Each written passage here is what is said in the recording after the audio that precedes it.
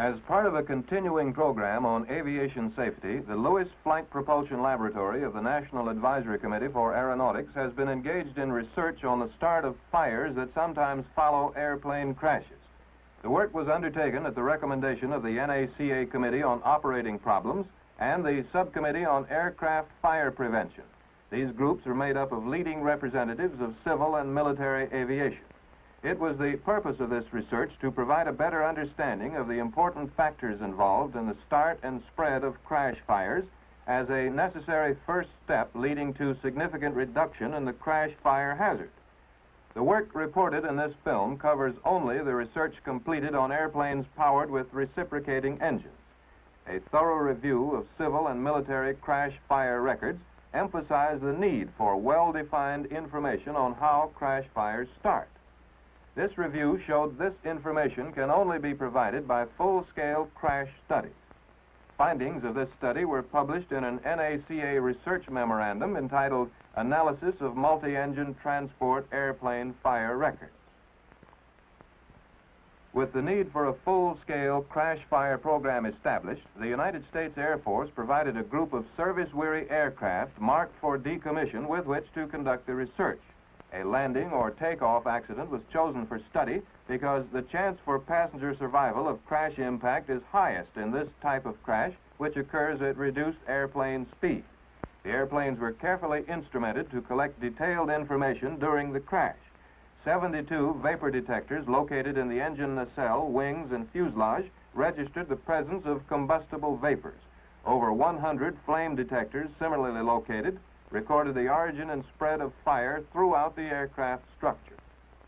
All the main electrical circuits were monitored at the locations shown on this chart to indicate the presence of short circuits. Instrumentation was also provided to indicate the time at which fuel lines ruptured in a crash. Such detailed information is registered on this instrument panel inside a fireproof box carried in the airplane.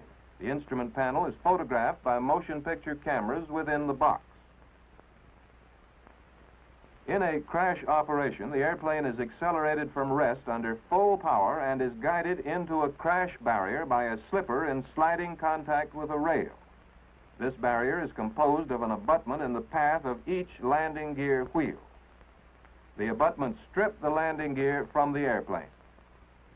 The propellers strike the abutment at full engine power to produce extensive damage to the engine nacelle. The pair of poles on each side of the abutment cut into the wing fuel tanks, causing spillage of the fuel. At the moment of crash impact, the airplane is moving at about 90 miles an hour. The airplane carries 1,000 gallons of fuel in the tanks outboard of the nacelles. The fuel is sometimes dyed red for photographic purposes.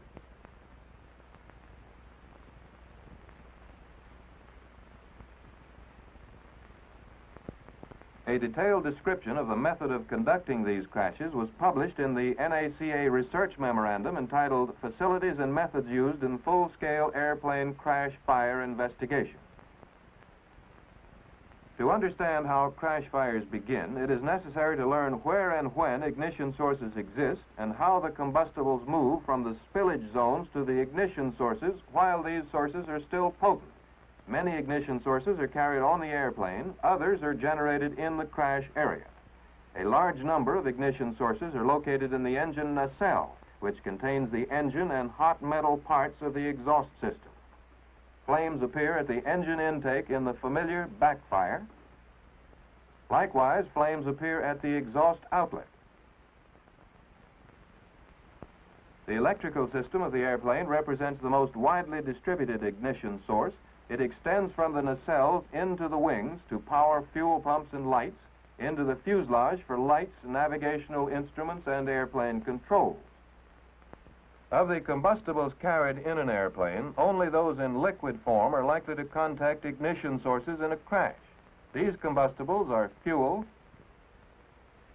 hydraulic fluid, lubricating oil, and alcohol. The crash fire threatens human survival only when the fuel becomes involved in the fire because the other combustibles are present in small quantities. However, the other liquid combustibles may be the first to ignite and in turn set fire to the fuel. In the conventional airplane, most of the fuel is stored in wing tanks.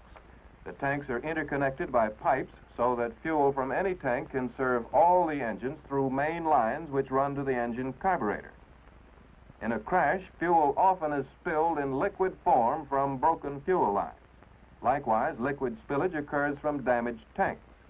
Pre-mixed fuel vapor and air spills from the damaged engine induction system, and a combustible fuel mist sometimes forms around the airplane.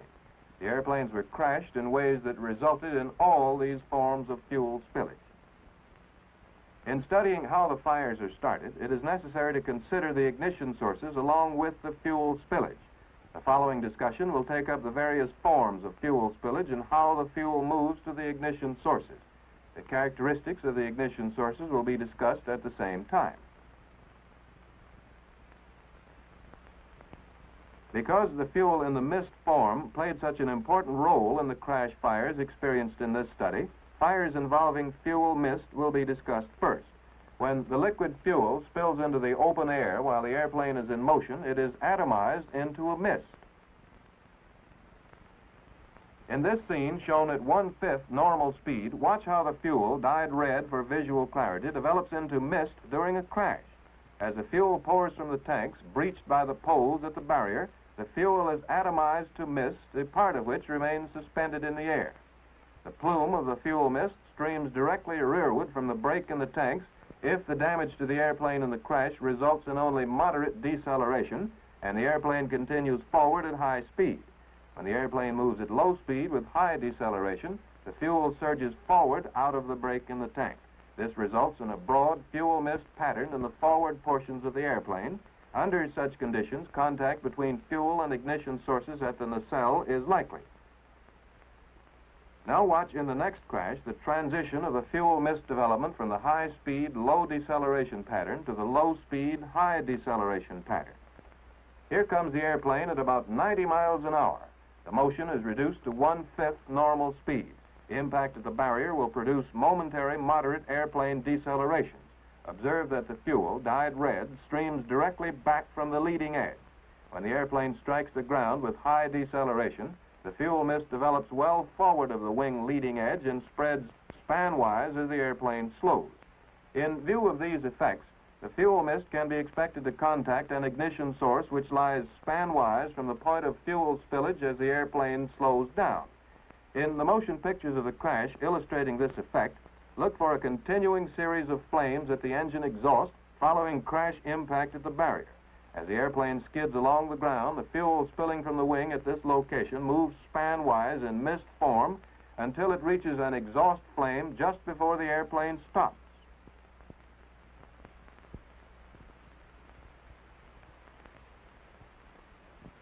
Now let us observe this method of fuel movement to the engine tailpipe. The action here is reduced to 1/5 normal speed.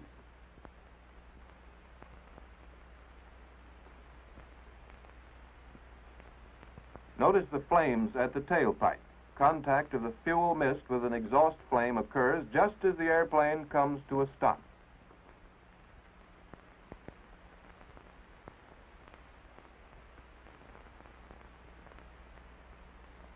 Ignition of the fuel mist occurred on the same airplane on the hot exhaust collector ring of the engine on your left at this location. Under impact at the barrier, the engine nacelle breaks down and exposes the exhaust collector ring. As the airplane slows, the fuel mist moves span-wise and forward to the exposed collector ring.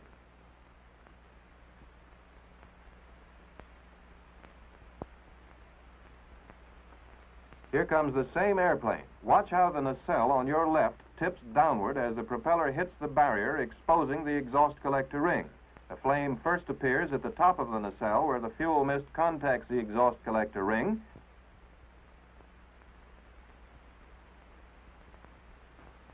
In the time between initial fuel spillage and ignition, an explosive fuel-air mixture accumulated in the wing. The explosion of the mixture produced this distribution of flaming fuel. Fuels of low volatility and mist form ignite readily in spite of the fact they are safe in liquid form in the presence of open flames. A wick saturated with this fuel can be ignited by the steady application of a flame. The lighted match held above the surface of this low volatility fuel produces no ignition.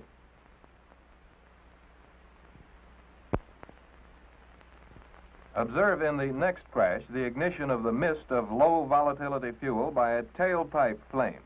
Note also the backfire flame at the engine inlet that follows the main fuel ignition. The tanks of the oncoming plane are filled with low volatility fuel. This action is reduced to 1/5 normal speed. Here is the ignition by the tailpipe flame. Now watch for the backfire at the engine inlet.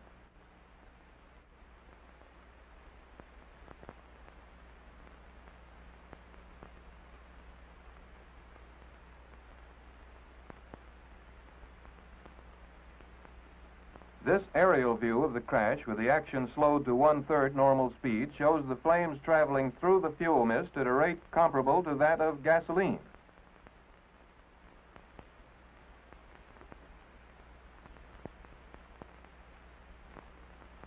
The flames at the engine exhaust that were observed igniting these mists may occur in a crash as long as the engine is rotating and drawing fuel.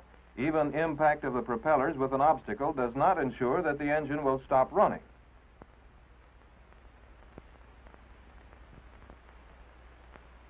In this crash, shown at normal speed, the damaged engine continues to operate for several minutes after crash impact. Watch how the propellers, now in slow rotation, accelerate. This alternation of slow and fast rotation continues through several cycles, one of which is shown here.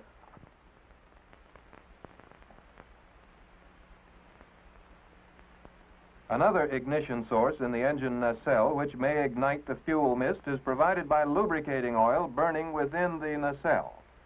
The next crash you will see shows how the lubricating oil can set fire to the fuel. On the low-wing airplane used in this crash, the nacelles strike the ground when the landing gear is sheared off. The oil cooler located at the bottom of the nacelle is ripped open when the nacelle strikes the ground. The released oil is ignited on contact with the hot engine exhaust collector ring close by.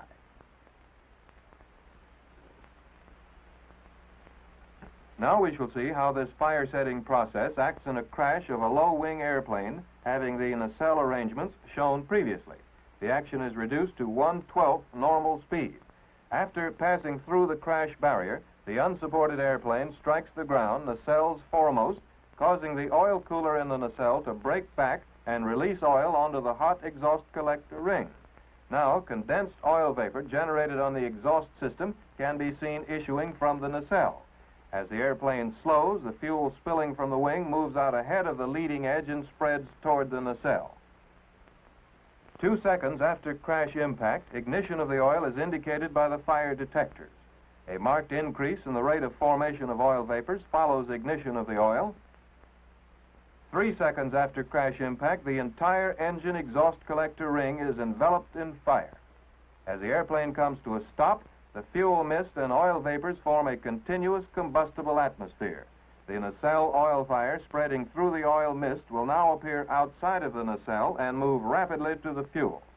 Watch how the fire moves to the breach in the wing and then to the rear of the airplane as it follows the fuel spilled in the slide path of the crashed airplane.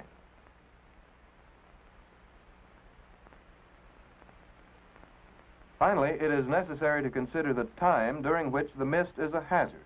This is a rear view at 1/3 normal speed, which places the fuel mist between the airplane and the camera.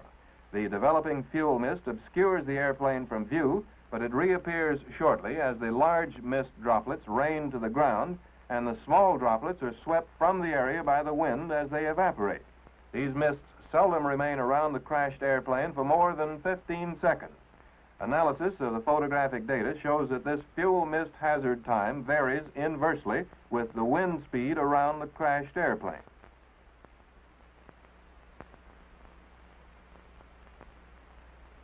To sum up, it has been shown that airborne fuel mist can move considerable distance forward and span-wise from the fuel spillage point to reach remote ignition sources. When the fuel is dispersed as mist, it ignites readily even though its volatility is low. Contact between the mist and an ignition source far from the fuel spillage zones is most likely to occur as the airplane slows down. Because of the short duration time of the mist, the ignition source must be present while the airplane is in motion or shortly after it stops if a fire is to occur. Now let us see how crash fires are started with fuel spillage in liquid form. Fuel in liquid form appears on the outside of the airplane, pouring to the ground from the broken fuel tank and fuel lines. The steam that is issuing from the nacelle will be discussed later. Liquid fuel also collects on the airplane surfaces by interception of the fuel mist droplets. While the streams of liquid fuel pouring to the ground are formed as the airplane comes to a stop and mist formation subsides, spreading of the liquid fuel within the airplane structure begins as soon as the tanks are damaged, regardless of the state of motion of the airplane. When liquid fuel is spilled inside the airplane structure, such as the wing interior, combustible concentrations of fuel vapor accumulate readily and spread within the structure. As an example of the ignition of fuel spilled within the wing, observe the wing fire set by damaged landing lights on the leading edge of the wing. The poles that rip open the fuel tanks also smash the landing lights and drive them into the wing, where the incandescent filaments set fire to the fuel almost at once. The next motion picture sequence, projected at 1/5 normal speed, shows ignition by the damaged landing lights. The pole at the barrier drives the landing light into the fuel tanks. The resulting fire spreads rapidly through the fuel mist to produce this wall of flame.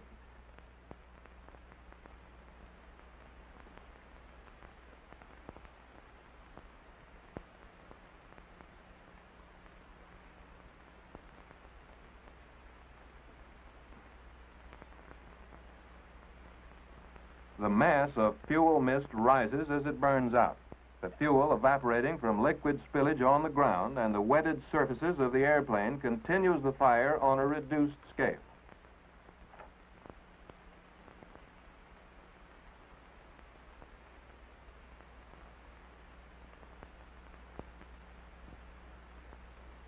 The fuel that spills in the wing can also move through channels within the wing to ignition sources contained in other parts of the airplane. One path this fuel may take is through the duct in the wing leading edge. This duct carries hot air to warm the wing and prevent the accumulation of ice in flight. The duct leads to a heat exchanger at the engine exhaust tailpipe, which provides the necessary heat. When this duct is ripped open as the poles tear through the wing, some of the fuel issuing from the torn tanks is diverted into the duct. This fuel flows by gravity to the hot heat exchanger. Upon ignition, the flame flashes back through the hot air duct to the fuel in the wing. Here is a crash in which these events occurred. Because the wing slopes gradually toward the nacelle, the fuel flowing through the hot air duct requires 14 seconds to reach the nacelle. Since the action on film is reduced to 1/5 normal speed, about 1 minute will pass before this ignition appears. The steam which is issuing from the nacelle will be discussed shortly.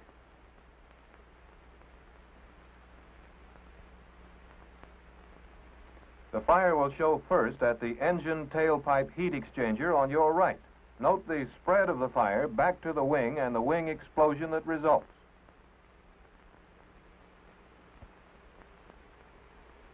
In addition to the flow of liquid fuel through the internal channels of the airplane, fuel in rivulets and sheets flows by gravity along the underside of inclined airplane surfaces. This will be called wetting conduction. Fuel which spills inside the wing can seep through seams in the wing skin and cling to the undersurface of the wing. This fuel may then flow to other parts of the airplane where ignition sources exist. The resulting fire travels back along the fuel path to the fuel source. The wetting conduction of the fuel along the undersurface of the inclined wing is illustrated by a simple experiment in which fuel issuing from an opening in a tube at the raised end wets and moves along the undersurface to the low end. The normal wing arrangement of airplanes may place the wing tips higher than the wing at the engine nacelles. For these airplanes, the wetting conduction flow is toward the nacelle where ignition sources exist. Sometimes in a crash, the wing inclination is even higher, which increases the fuel movement by wetting conduction. Distribution of fuel by wetting conduction is shown on the underside of this wing of a crashed airplane which did not burn. The fuel dye indicates the path of the fuel. The continuous fuel-wetted path extends from the brake in the wing to the nacelle and the engine exhaust pipe. Here is how the wetting conduction flow looks immediately after a crash. The fuel on the underside of the wing clings and flows by gravity along the wingspan, some of the fuel dripping off along the way. Fuel sometimes runs into the wheel well from broken tanks through channels in the wing structure. Here you see how it dripped and ran along various parts of the landing gear actuating system and along the strut toward the wheel.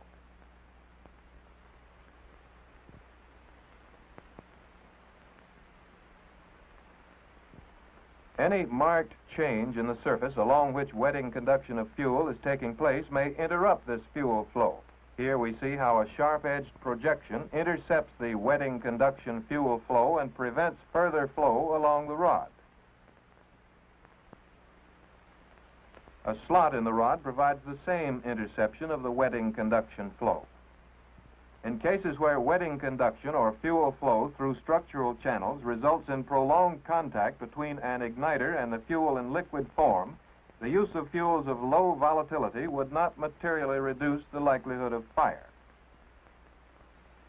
Where vaporization of the fuel across an air gap is required for the fuel to reach an igniter, low volatility fuel provides a safety advantage. Consider next fuel spilling in the open air that wets the ground along the slide path of the airplane and around the crashed airplane at rest.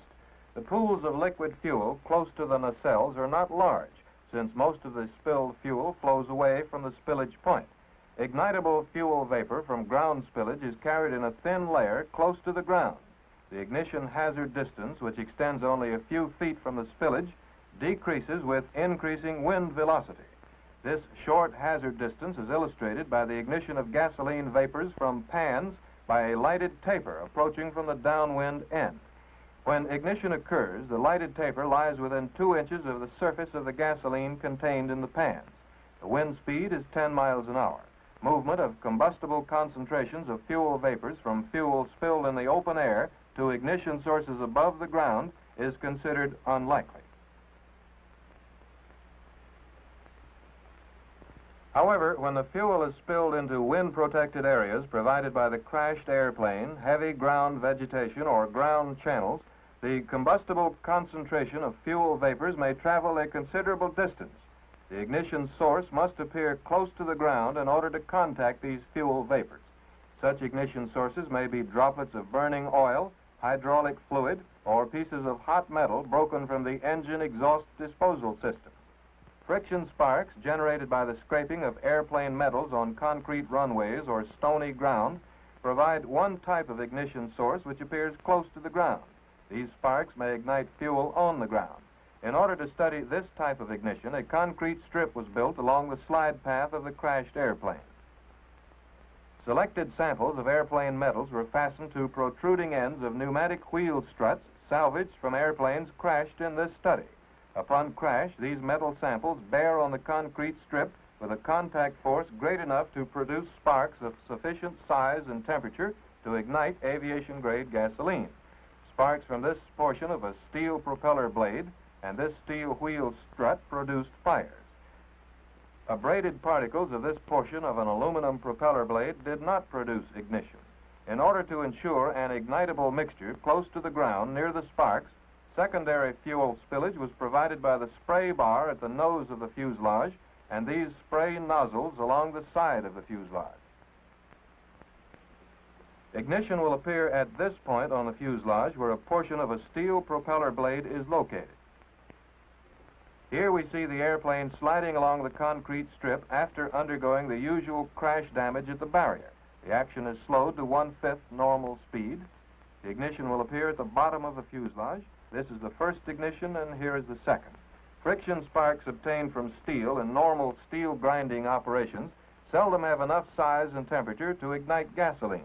But these studies show that friction sparks of sufficient energy for ignition of gasoline can occur under the conditions of high friction loads which exist in some crashes.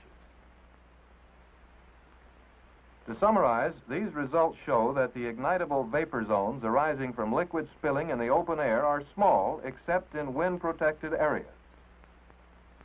Liquid fuel spilled in the wings moves as liquid and vapor through the structural channels. Widespread distribution of the fuel in liquid form can occur by wetting conduction. In contrast with the fuel mist, which persists for only a few seconds in the crash area, the fuel in liquid form on the ground and the wetted surfaces of the airplane and in the channels of the airplane structure are present for long periods. These are the forms of fuel spillage that are inflamed by ignition sources which appear late in the crash event. The ignition of fuel, pre-mixed with air in combustible proportions, is another way in which a crash fire may begin. Such fuel-air mixtures appear in the engine air induction system comprising the supercharger and engine intake manifold. A rupture of the engine induction system is followed at once by release of the fuel-air mixture contained under pressure by the engine supercharger.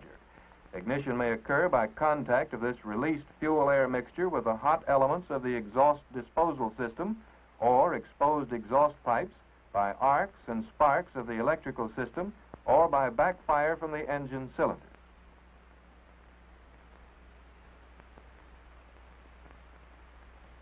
Because of the high airflow rates through the engine nacelle in the early phases of a crash when the airplane is moving at high speed, ignition of this released fuel-air mixture must occur shortly after engine induction system failure. Otherwise, the fuel-air mixture is quickly swept from the nacelle by the airflow. Although the fire produced by the ignition of the engine induction system fuel is not serious in itself because of the small amount of fuel involved, this fire can extend to other fuel being spilled and so set off the major fire. In the next crash to be shown, the engine on your right breaks out of its nacelle at the moment of impact. The engine fractures along a line passing through the case of the supercharger. The released fuel-air mixture is ignited at once by exhaust flame issuing from the adjacent broken engine exhaust. Here the airplane approaches the crash barrier. The action is shown at 1/12 normal speed. Watch the engine in full view snap from its mounts. Ignition of the fuel-air mixture occurs at once. The fuel being spilled adjacent to the nacelle is then ignited from this flash fire.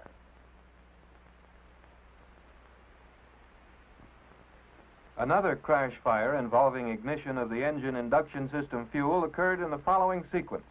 Damage to the engine induction system on crash impact resulted in a fire at the nacelle in a manner similar to that shown in the previous crash. Fuel spilling from the broken main fuel line at the nacelle firewall was ignited by the flash fire of the engine induction system fuel. The resulting flames streamed rearward over the nacelle and wing. Afterwards, the fuel spilling from the wings through the ruptures cut by the poles at the crash barrier fanned out into the wake of the wing. Contact between the flames and the fuel took place to the rear of the trailing edge of the wing.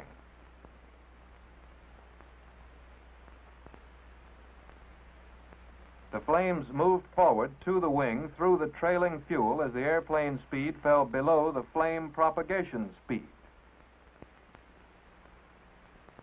Now watch this fire-setting mechanism in the next movie sequence at normal speed. Watch the nacelle and note the forward movement of the flame. The research up to this point resulted in an understanding of the ignition sources involved in a series of crash fires and also how the fuel in the mist, liquid, and vapor forms moved from the spillage point to the ignition sources. However, these ignition sources revealed so far usually produced fires within a few seconds after crash impact. Because it was felt these early fires might mask other ways in which fire can occur, the known ignition sources were inerted by experimental means.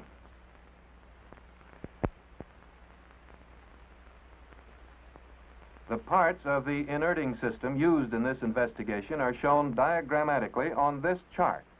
Here are the main parts of a typical engine nacelle. To prevent the appearance of flames at the engine inlet and exhaust outlet, fuel system shutoff valves are installed at the engine and the firewall to stop the fuel flow following crash impact. One valve stops the fuel flow to the engine, the other prevents the fuel spillage into the nacelle. Several pounds of suitable fire-extinguishing agent discharged uniformly in the engine inlet air to inert the contents of the engine during the period of time required for the valves to stop the fuel flow. An electrical system switch shuts down the airplane battery and generator circuits. The ignition system continues to function so that fuel passing into the engine will be burned in the normal manner in case the fuel shutoff valves and the fire extinguishing agent system at the engine inlet are slow to function.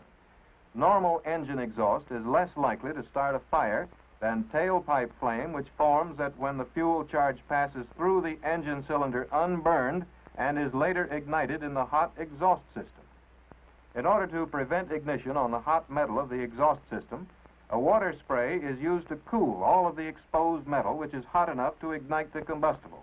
In the few seconds needed to cool the metal to safe temperatures, an inert atmosphere of steam generated by the water evaporating from the metal itself shrouds this potential ignition source to render it impotent.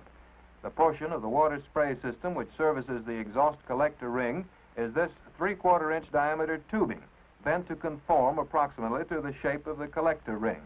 The exhaust system receives water over its entire surface from its spray nozzles. The effectiveness of the water spray in preventing ignition on the hot exhaust is demonstrated by the rapidity with which a continuously fed oil fire burning from the exhaust system is extinguished by the water spray. Notice how the application of the water spray extinguishes the fire almost at once.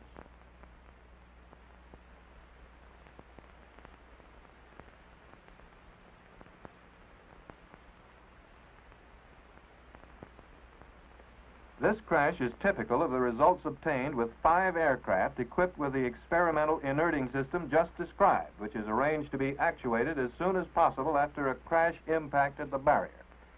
The only visible sign of the functioning of the inerting system is the steam evaporating from the hot exhaust system. This is the steam which was visible in some of the preceding pictures. The fuel here has been dyed red. See the dust being raised by the airplane fuselage skidding along the ground.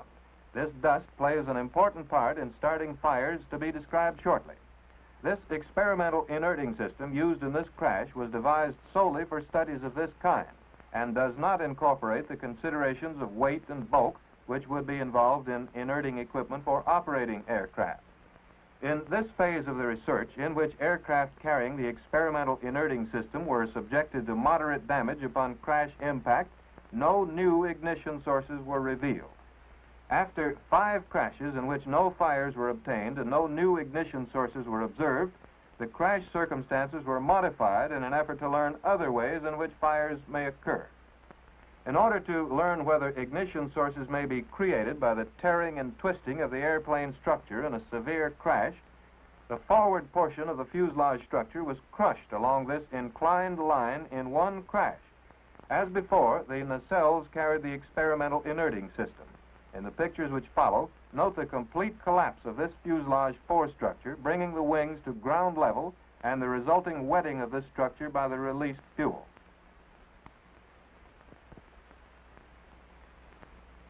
While no fire occurred around the crushed structure, ignition of the fuel did occur in the fuel-wetted wake of the airplane. The ignition source was an electric spark discharging to the ground from the landing gear strut, which broke off in the crash and tumbled in the wake of the airplane. Here the airplane approaches the crash barrier. Upon impact with the ground, the forward structure collapses. The action here is slowed to 1/5 normal speed. Now watch the wheel strut tumbling in the wake of the airplane and observe the ignition which occurs when the metal end of the strut approaches the ground. The fire spreads through the fuel in the airplane wake. There is no evidence of other ignition resulting from the destruction of the fuselage structure or the inerted engine nacelles. The igniter in this instance proved to be an electric spark discharging from the landing gear strut to the ground. The necessary electrical potential on the strut was generated in its passage through the dust and fuel mist in the wake of the crashed airplane.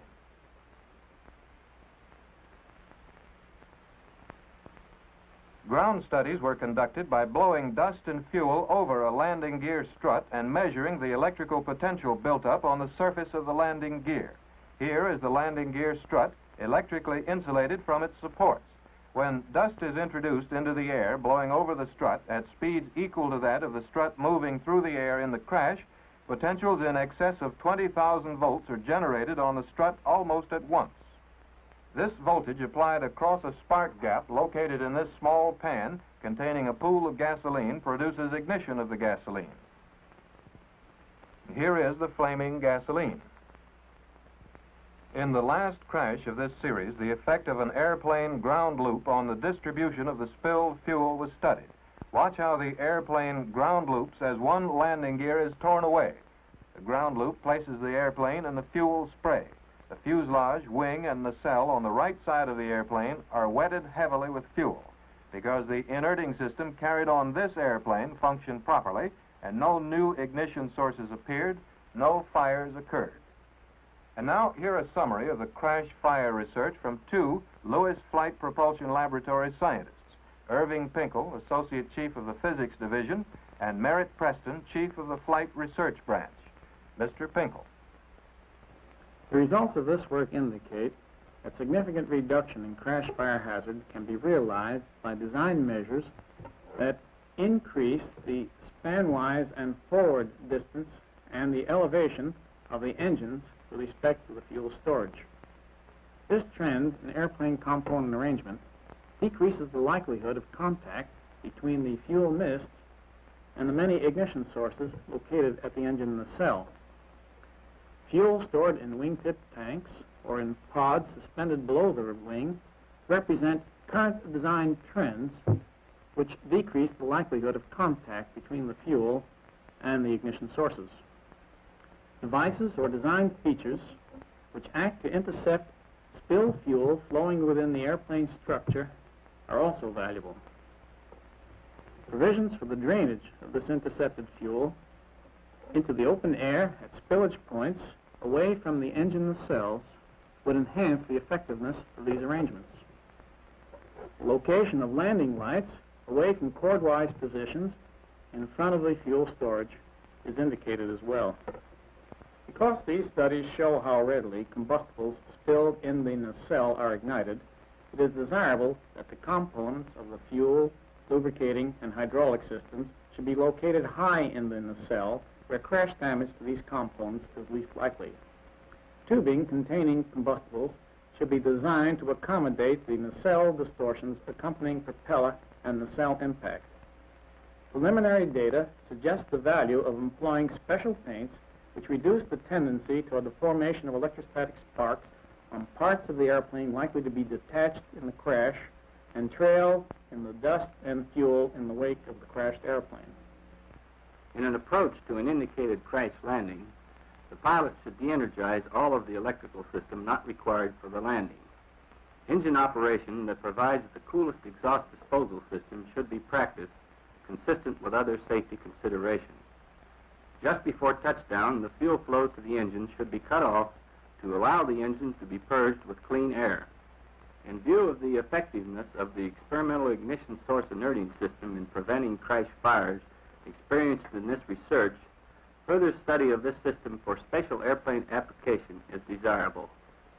The material covered in this motion picture has been published in an NACA research memorandum entitled Mechanism of Start and Development of Aircraft Crash Fires.